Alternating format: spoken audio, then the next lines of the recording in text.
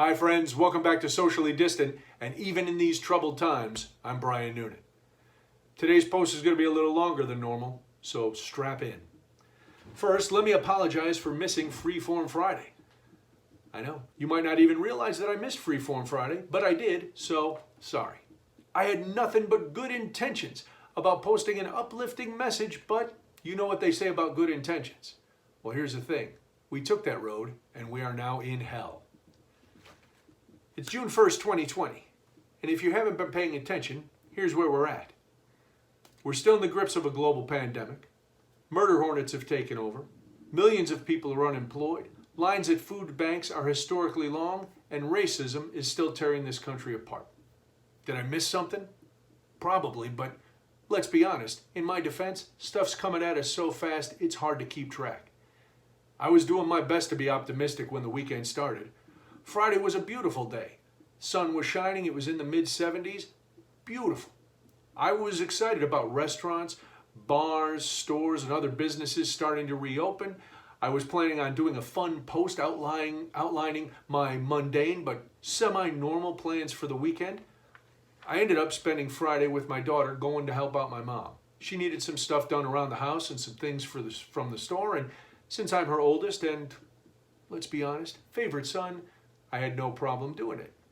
I also got to unveil my new Spider-Man face covering, which got rave reviews from some shoppers at Walmart and the tech at Jiffy Lube when I took Mom's car to get an oil change.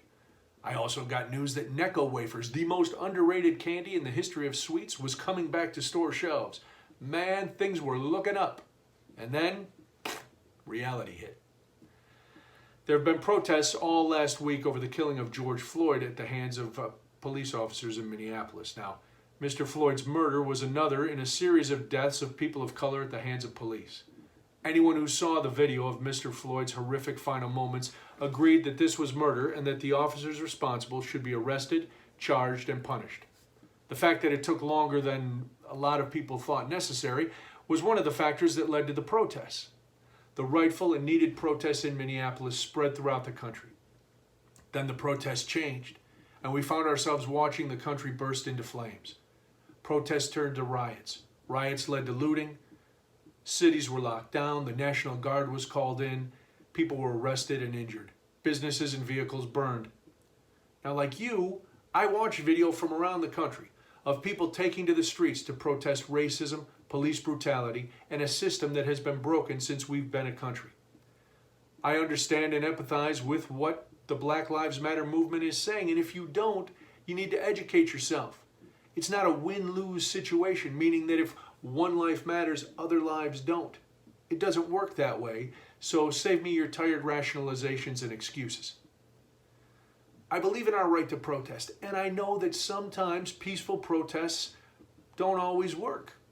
And to get people to listen, stronger measures are needed. As much as I support law enforcement, and I do, I know that we can't tolerate a system that allows for a few bad apples. As Chris Rock said in a great bit on police brutality, some jobs can't have bad apples.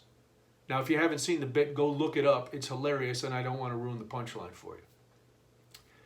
I want to be honest with you here, and sometimes honesty is difficult.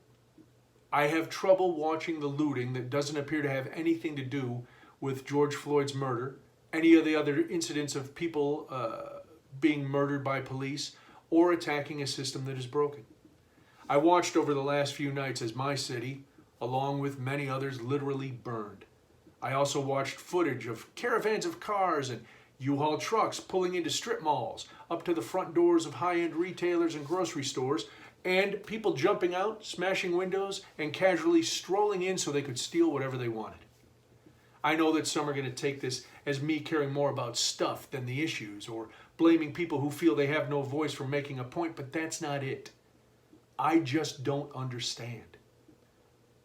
I listened to Chicago's mayor and police superintendent, both of whom are African American, say that the looting has nothing to do with Mr. Floyd's murder and that it dishonors him and the cause. I believe that too. How does someone stealing a box spring and mattress, throwing it on the top of their minivan and driving off help fix a broken system? And yes, that's something I watched live on TV last night. Doesn't an organized effort to rob businesses, which many of these actions seem to be, do a disservice to a movement and distract from the urgent and important message? I don't know the answers. I've witnessed the futility of some nonviolent protests, so I know things need to be amplified, but how? I'm really trying to figure these things out. When does a protest become a riot?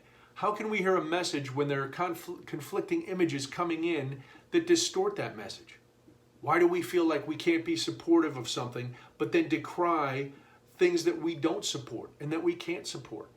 Does not wanting to see small businesses destroyed and people's life's work looted and burned mean that we also can't see mistreatment, racism, and social evils, call them out, and want them to stop? Do we have to live in absolutes? I got a lot of questions, and I'm sure you do too, and unfortunately I don't have answers, but I'm trying to find them. I want to understand.